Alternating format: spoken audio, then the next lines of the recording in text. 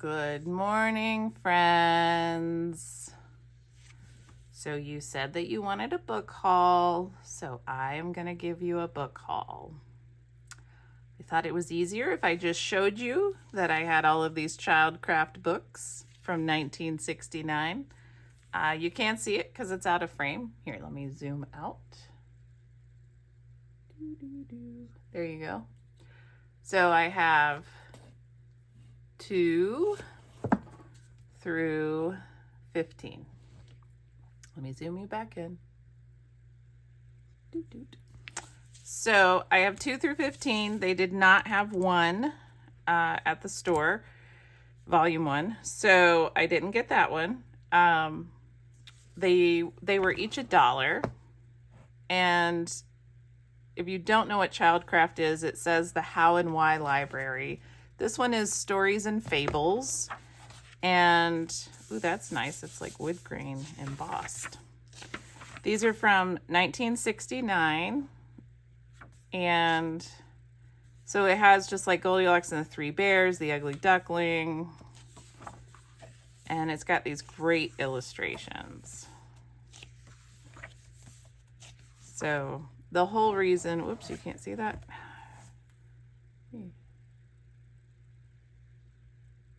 There we go. The whole reason I like these is because of the illustrations. Oh, that's funny.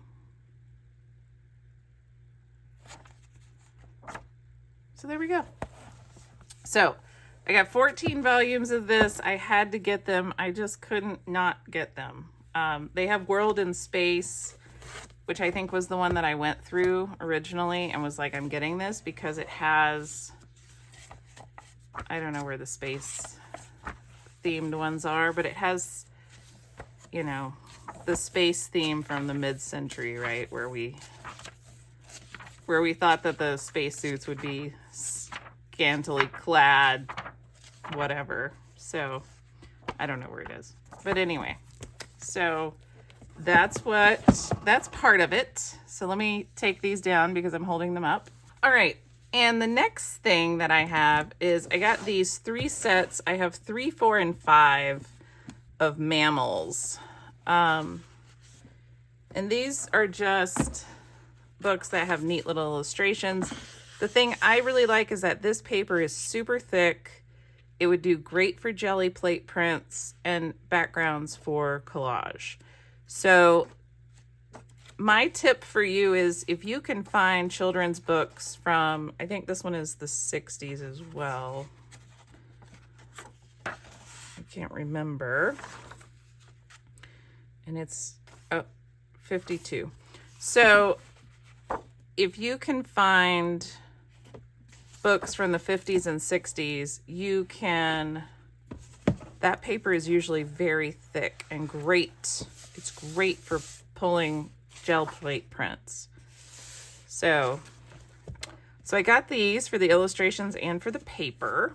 I might even use the covers to make junk journals. I probably will. And the next thing I got is this really interesting book about color where the author uses a palette knife and a brush, but he talks all about color theory and like how to do it. And, you know, in any fine example of painting you may come across, you will find that it contains several of the 5 basic ingredients, which are color surprise, related sequence of 3 adjacent colors on the color wheel, gray to rest the eye, cool against warm, or vice versa, transition of cool to warm or warm to cool in a large area. And then he goes on to like give you these examples with his own artwork, which is really, really interesting. So I got this because I was like, you know, well, this might be cool to, well, first off, these pages are huge and I could easily put them in a junk journal, turning them sideways, right? But once I started reading it, I realized I'm going to read it because I think it might be a really great color theory class. So I got this. Very excited about that. I got a little golden book. I'm going to try to make a golden book journal. Betty DeFord, this is yours. So if you're out there, Betty, I have your little golden book, and I'm going to make it into a journal. Yeah, and I'm really excited to use some of my new supplies that I got for children's book journaling. And then this and this both I bought just to use the paper. So this is a CSI Limited service catalog for 1987 spring and summer, and it's all fishing lures and supplies. And I grew up fishing, y'all. I love fishing. I really do. I haven't done it in forever because, well, I didn't marry a man who likes to fish. I married a man who likes to play the drums. So he's not like, let's go fishing. But my kids like to go fishing, so sometimes we'll go. But it's just, this is great. And it's, you know, it's kind of like a heavy newsprint. And I just thought this would be great to pull gel plate prints. It would be great to put in junk journals as the page. So I was like, well, this is just good paper to use. So there's that. Plus it just had a little nostalgic feel to it. And then there's this, which I found this in Montana, but it's an overview of mid-Iowa's history with a survey of locally significant features and suggested methods of preservation involvement.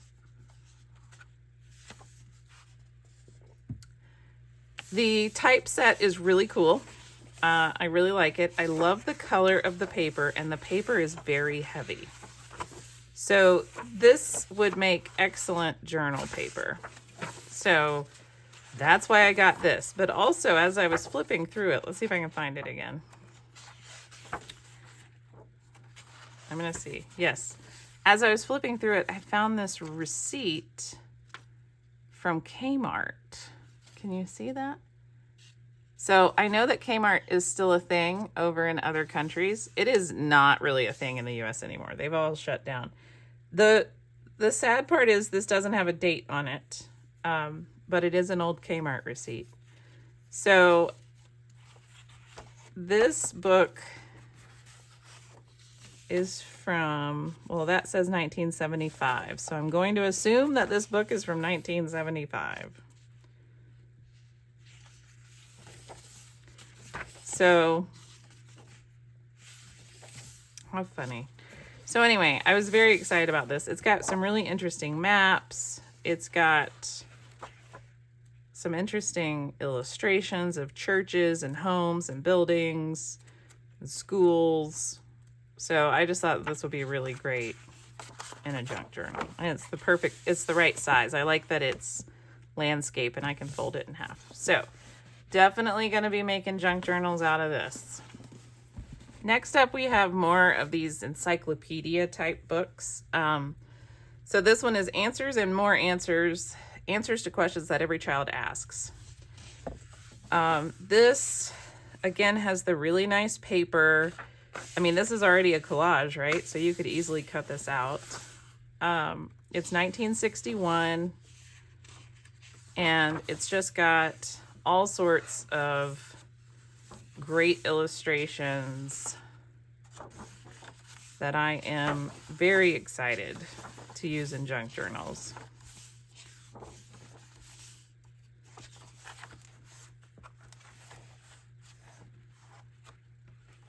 Oh, look at the birds. Those are cool. Cats. That would be good in my nocturnal journal. Flowers and plants, animals. So this is just for the paper. And then I got the Child's World, and I got 2 editions, Stories of Childhood and the World of the Arts. And these aren't actually numbered, so I don't know how many are in the set, but these are the 2 that they had. Or these are the 2 that I got. I may not have gotten all of them. So this is also from 1961. So clearly somebody cleaned out Mama's house. And again, it's just got interesting illustrations in it that I can use for my children's journal. So very excited about that. Oh, I love these illustrations. They're so good. And then the cover is really cool, I think, for making a larger junk journal.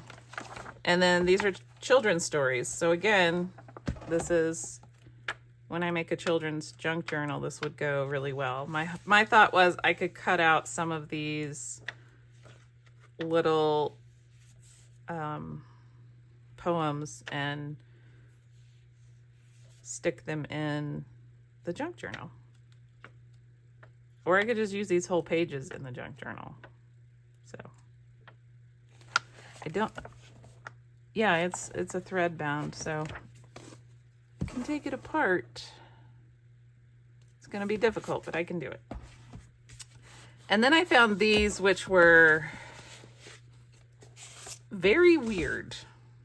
I don't understand what these are. Well, all right, I understand what they are, but they are monthly editions, but they're in like a book form. So there's February 65, August 65, June 65, and October 64.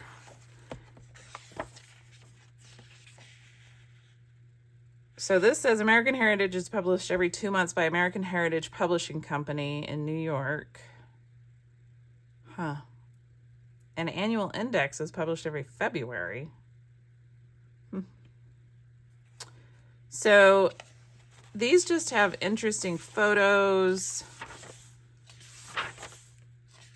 I don't really know how anything gets chosen to be put in here. Oh, this is about Frederick Law Olmsted. I don't know how things get chosen, but I really enjoy the artwork in here. The photos and the artwork. Well, that is, holy smokes, this is cool. This is going to be great in a recipe journal. There's a turtle. They ate what they could, man. So that's why I got these, was because of all of the interesting historical photos that I could use. That's cool.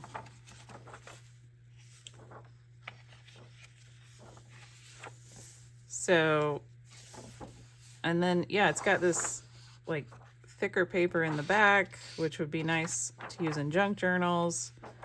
I don't mind cutting these apart because it's got a very strange undertone. I can't understand. I think that this may have been someone's culture war publication back in the 60s, possibly, but I don't actually know because I haven't read it. But it does have some interesting choices for articles. So, I don't know. But I don't mind cutting these apart. So, I'm going to cut these up. I'm going to use the images that are in here for whatever. We'll see. And then I found these. So I found these two cookbooks at a thrift store, and then I was gifted this cookbook by one of the author's daughters. I haven't opened it. It's still sealed, but I thought this may have some neat recipes and photos to put in my recipe journal. So I'll use that for my recipe journal. This one I don't think I'm going to cut up. This one I think I'm going to keep. I actually made her biscuits that were in here. I made them for breakfast one morning while in Montana, and they were actually really good. So I think this is a bread recipe. It is. So I think I'm just going to keep this Southern Cooking Cookbook. This is the First Lady of Cooking in Georgia and the outstanding culinary expert of the South. So Mrs. S.R. Dole wrote an exemplary cookbook. So, gonna keep her cookbook. This was still sealed, but the plastic just fell apart while moving it around from Montana to Oregon. This is 1964, and I love the illustrations. They are fabulous. The photos are also fabulous. The massive amount of food that is served on a normal Tuesday: breaded veal chops, double-decked potatoes and carrots, orange Bermuda onion salad with ruby red dressing, whole wheat bread, vanilla custard pudding. So you have to realize there was a person making all of these things. And every day was a big Sunday dinner. And it was just kind of insanity. So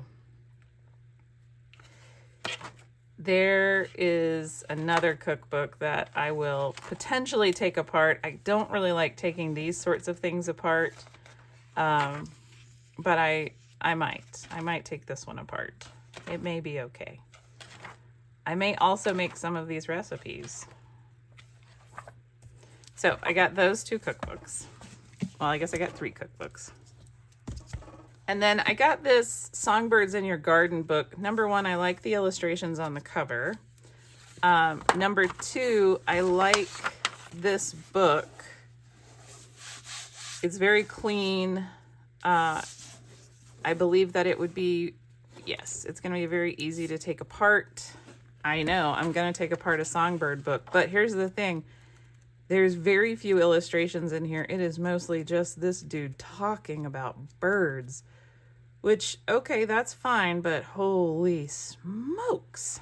So, I do like some of the little illustrations in here. Some of the side.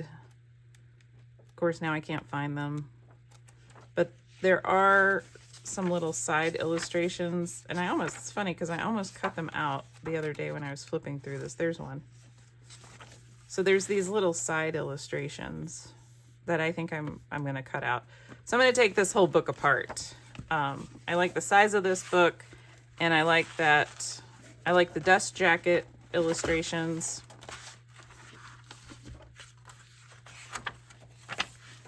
And it's just basically, it's not a picture book about birds, it's talking about birds.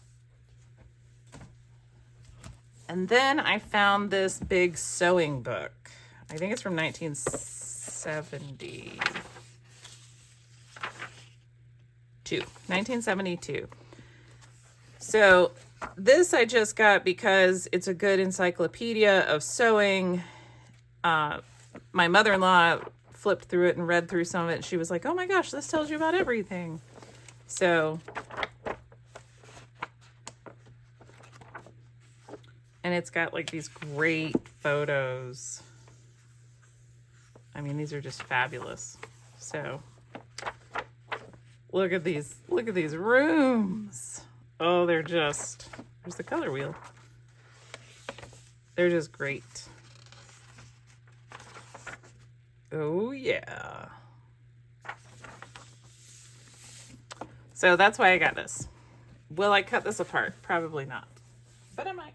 Next up is this set of 4 commercial law books.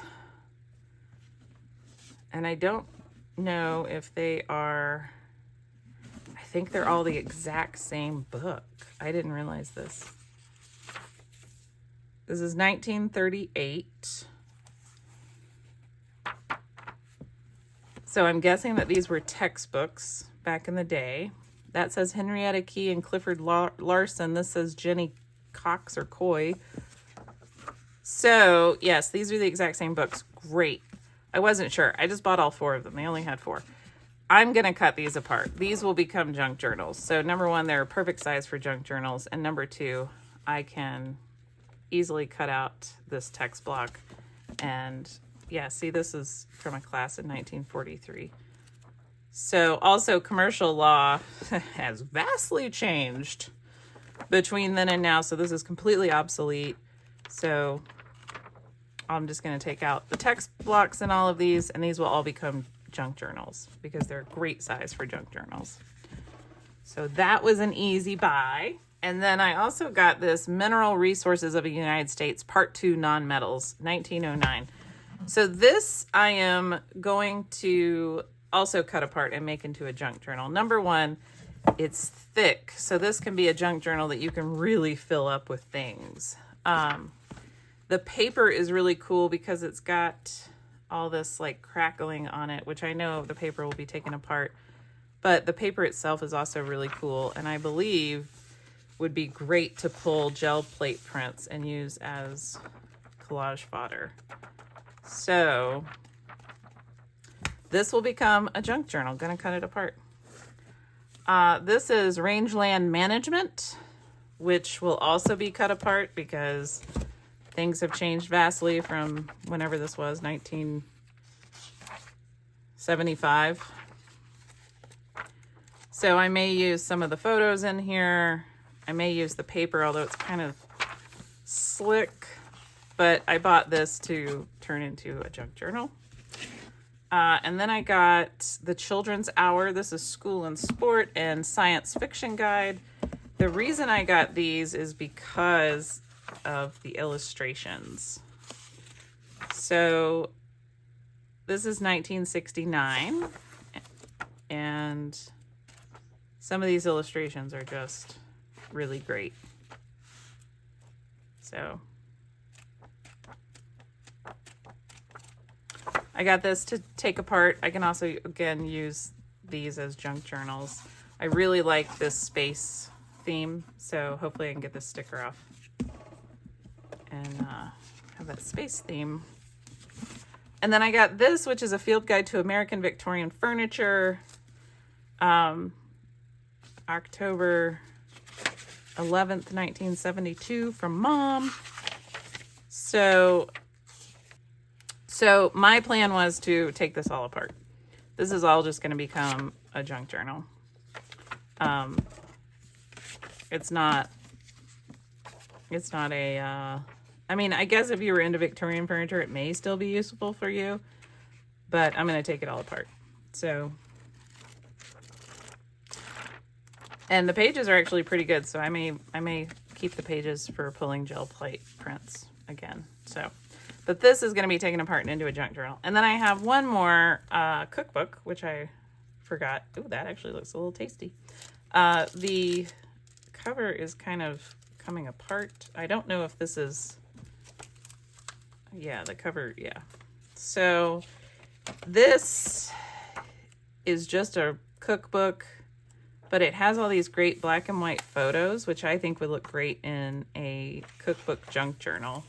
So like you could cut this out and glue it to a page in a cookbook junk journal. And then you could like take a recipe card and put it on there and, you know, have a little collage. So that's my thought on all of this. I don't know what's happening there, but that's interesting. So these pictures are just wild. So yeah, that's all. This is just, I'm going to cut it apart. I'm not even going to keep it or save it or any of that.